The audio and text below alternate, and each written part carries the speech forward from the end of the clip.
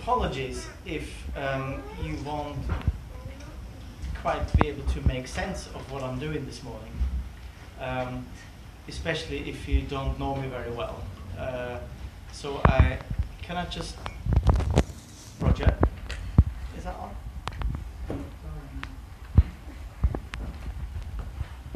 Excellent.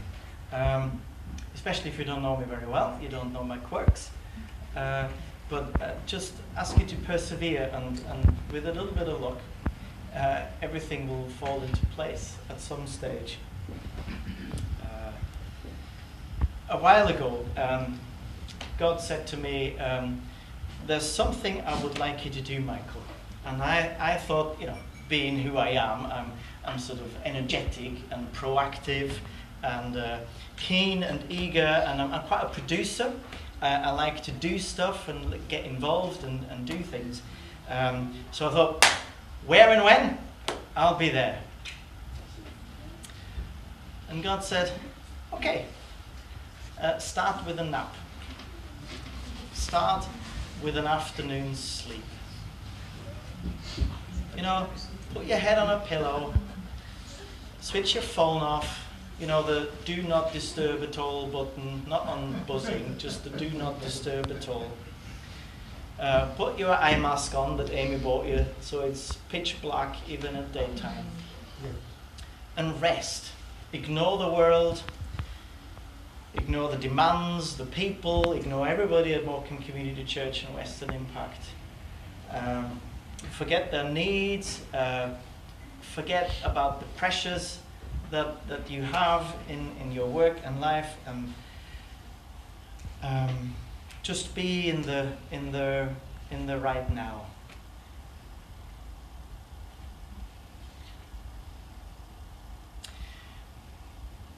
Because at times things get so busy, there's an endless amount of texts and messages and WhatsApp messages and emails, and on my phone I have 7 email accounts for all sorts of different things, and WhatsApp and Facebook message, and I'm not allowed on Snapchat,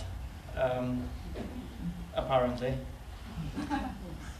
But every one of them sometimes pierces you like a sword. You can't get away from it. Every person you talk to, every person you visit, every contact can be like a dagger, and you're just running dry. It's like the sun just beating down on you and drying you up from the outside and from the inside, and so I gotta get off the path that burns my feet and takes my breath away.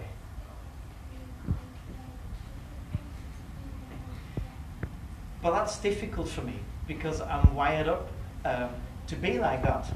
I'm proactive. I easily lose track of time. The amount of times I say, oh yeah, half an hour, and Tracy says, take it 2. And so I overschedule myself all the time. And I feel it the day after when I've been busy all day long and my energy levels have been depleted, and I feel it the day after. It feels like I've got a hangover despite not drinking the day before, but I'm just depleted.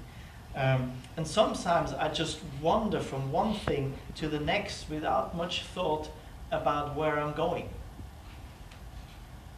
I just follow whatever is in front of me.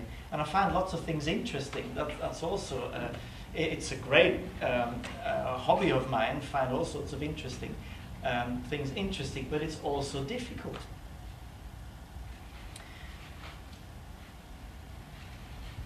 My attention span is not as bad as it used to be. But then, there's always a squirrel. My thoughts wander, and they do so very quickly. And it's like a standing joke in our family. We have a conversation, and then my sentence stops. And in my mind, my thoughts take about 7 steps, and I come out with the 8th, which is completely unrelated in their eyes to what I've just said. And they find that incredibly funny when I come out with really random things, and I say, I'll tell you why, because I do too much. You know the old saying, don't just stand there, do something? That's me. And then God says, don't just do something, stand there, lie down, have a nap, sit down, relax, chill. Actually, lie down. Make yourself comfortable. Take your shoes off. Watch some telly. Put the music on. Read a book. Have a coffee. And let the world be. Let Morecambe Community Church and let Western Impact be. Let your family be. Let Amy be. Let Matty be. Let Tracy be. Let everything just be. Have another coffee. Have a croissant. Not instant coffee. The thing that you have to grind and then brew and then let settle. Do it like that. Sit down for it. Don't just sip it and then warm it up an hour later in the microwave. But just sit and drink your coffee. Just lie down and have some rest. And there God and I spent some time. He and I. He's mine and I am his. We're just hanging. Like good friends do. You don't have to do much. You can just pop round and just be together. That's God and I in most times. We're just hanging. We're just chilling. Sometimes nothing much gets said. But God and I have an understanding. We're just in each other's presence. No big agenda, no activity necessary, just content to be with one another. He's actually quite fond of me. And then slowly I'm recovering. Whatever has been taken from me, he gives me back. I'm not fully recovered just yet. I'm not fully perfect yet. Not exactly like God wants me to be just yet. But definitely more complete than I was. My soul looks less like a patched up old car with rusty holes and missing tyres and rust parts and all sorts of bits missing. But I'm looking more like a restoration project. That somebody is putting effort into restoring me. Not just abandoned, but being restored. You can tell I'm being restored, not just repaired, but restored. And I realize I'm actually getting there. Actually pretty cool. I've got everything I need, everything I want. Whatever else I want, he gives me. Just like that. And then eventually we're setting off again. We go places, God and I. We do stuff together. We say things. We meet people. And it's time to be productive again. And God makes sure I get it right. He makes sure that I'm in the right place at the right time for the right reasons, that I meet the right people, say the right things, do the right things, and he takes responsibility for that, for his name's sake, because his name is actually riding on it. The responsibility of leading this church? It's not mine. It ain't me. It's God's responsibility, right? It's his church, not mine. Because of that, he doesn't let me do much wrong, to be honest. Because his name rides on it, not mine. It's his reputation, less so mine. It's his church. We are his people. God's reputation is at stake, not mine. You're not my people. You're not my flock. We're all God's. Now, there is a disclaimer that I have to admit. Life's not always plain sailing, as you will know. This kind of living the Christian life isn't always straightforward. Not everything always goes well. There are times when you have to go through stuff which literally takes your breath away. You know, literally is a funny word, isn't it? My children use literally quite a lot, and they use it in sentences like, and then I literally wet myself. Did you really? No, I didn't. I'm just so you figuratively, not literally. But some of the stuff that we go through literally takes your breath away. When it wings you and it just can't breathe anymore. Literally. Your face, I don't know if you experience that, your face loses all muscle strength. Just feels like everything is just hanging down and no smile seems to be possible. Your legs feel like lead and sleep is distant memory. Just can't get to sleep. You feel like death warmed up. A little bit warmed up, you know, not even a lot warmed up. Death is all around you and is hemming you in. Actual death. And all its mates and friends and countrymen sucking the life out of you. Death casts its deep, dark shadow over you. You know, normally it's light that casts shadows, really. But at times it's darkness that casts a shadow. You can imagine how dark that is. Darkness engulfs you and does its best to just swallow you up, doesn't it? All lights are off, including the one at the end of the tunnel. The sun is gone, and that means it's not just dark, but it's also cold. All warmth has gone. It's dark and freezing cold. And in those times, what do? Hey, I'm cool. I'm not afraid at all. There's no reason to be, is there? What? How? Well, because I've been there. You know, I've done that before. I've been through these times before when your lifeline has run out. I've been through these valleys like umpteen times. And emphasis on through. I've been through those valleys. And each time you enter one, it hits you really hard.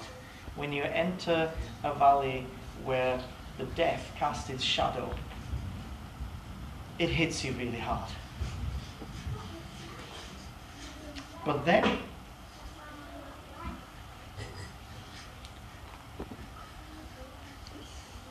evil has nothing on me. If he's with me and for me, then what and who could I possibly be afraid of? You know, even in those shadows, in those valleys where there's death, what could I possibly be afraid of? He's with me, right? He's in those valleys with me. What could I possibly be afraid of? He's with me. In those dark valleys, I can't actually see very much.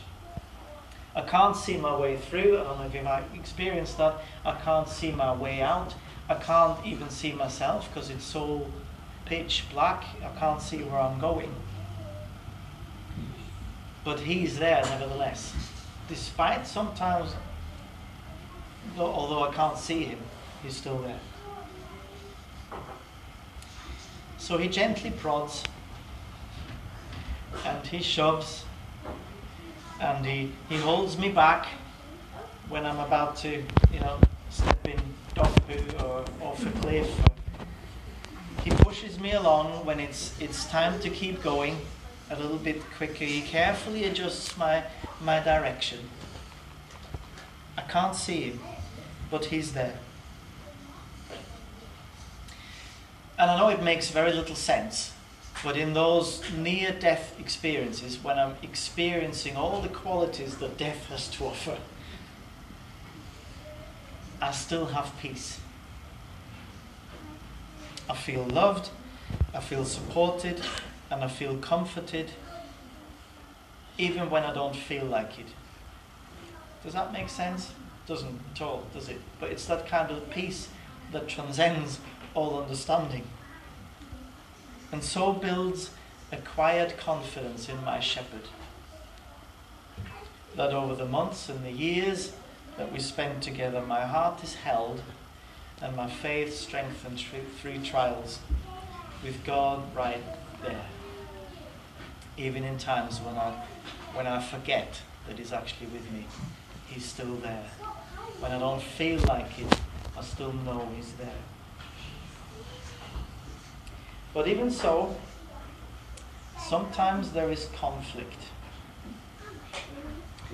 with people. People can be really critical, can't they? Have you ever come across critical people? Yeah? You can't do anything right. This isn't right, and that's not right, and you shouldn't do it like this, and you should do it like that. And Christians are the worst. You shouldn't say this, you should say that, and you shouldn't talk like this, and you should do that. And the Bible is very clear about that, people say. And they usually say it about things that aren't clear at all, where the only clear thing about it is their opinion.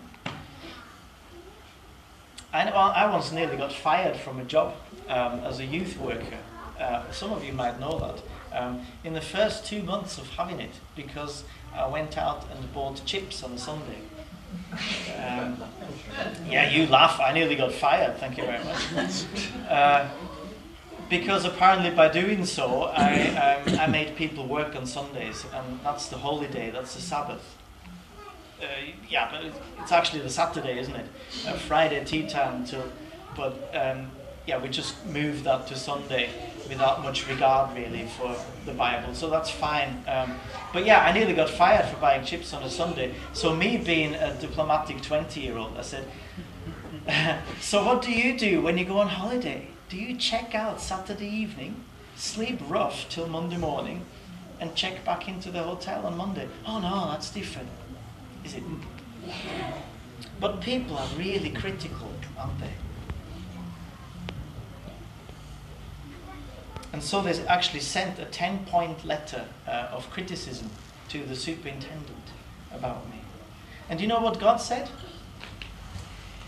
He said to me, Michael, have a seat. Have a glass of wine. Who shall we drink to? Let's drink to those Christians that say Christians don't drink, don't smoke, don't dance, don't play footy on a Sunday, you shouldn't listen to rock music or go to the pub, don't laugh, don't live. Cheers. Let's drink to those.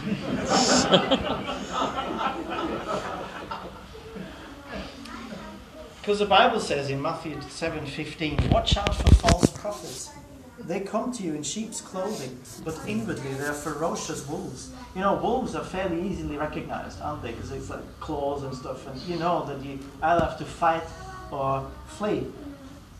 But wolves in sheep's clothing are tricky to recognize. You know, Abel was killed by his own brother, not a foreign terrorist. Moses had his own people who were stubborn and tested him. And tested God all the time. David had Saul, somebody from his own people group who made his life a misery. Jesus was betrayed by Judas, one of the 12, and condemned to die by his own people, killed in the world and by the people he created. The real wolves are always in sheep's clothing. And so God and I sit, and He blesses me, and He lets all my enemies see that I'm the anointed one. That I'm blessed. God is well pleased with me, you see. His confidence in me is great, and I have His full support. Have some more wine, He says. Or do you want another cup of tea? Want a hot drink? Chocolate? And you know what? I'm going to stay in this place. I'm going to stay. In the place that God and I have together. In the place God has made for me. There's no better place to be. He's invited me to move in there. I have full right of residence. I have in the UK as well. I did the business. But in this place, it's permanent. No app or anything like that necessary. I have full right to be in God's place. I can make myself at home. Nothing and nobody can chuck me out, ever. I can see God's hand in my life even before I had any idea of Him. His love supplied everything I need. He took care of me and looked after me. His grace found me and transformed me. In difficult times, He was not only there, but sometimes He carried me and He led me through it. He stood up for me when my accusers were many and said, "Shoo, He's with me." And so, I'm confident that God's goodness and love will follow me all the days of my life.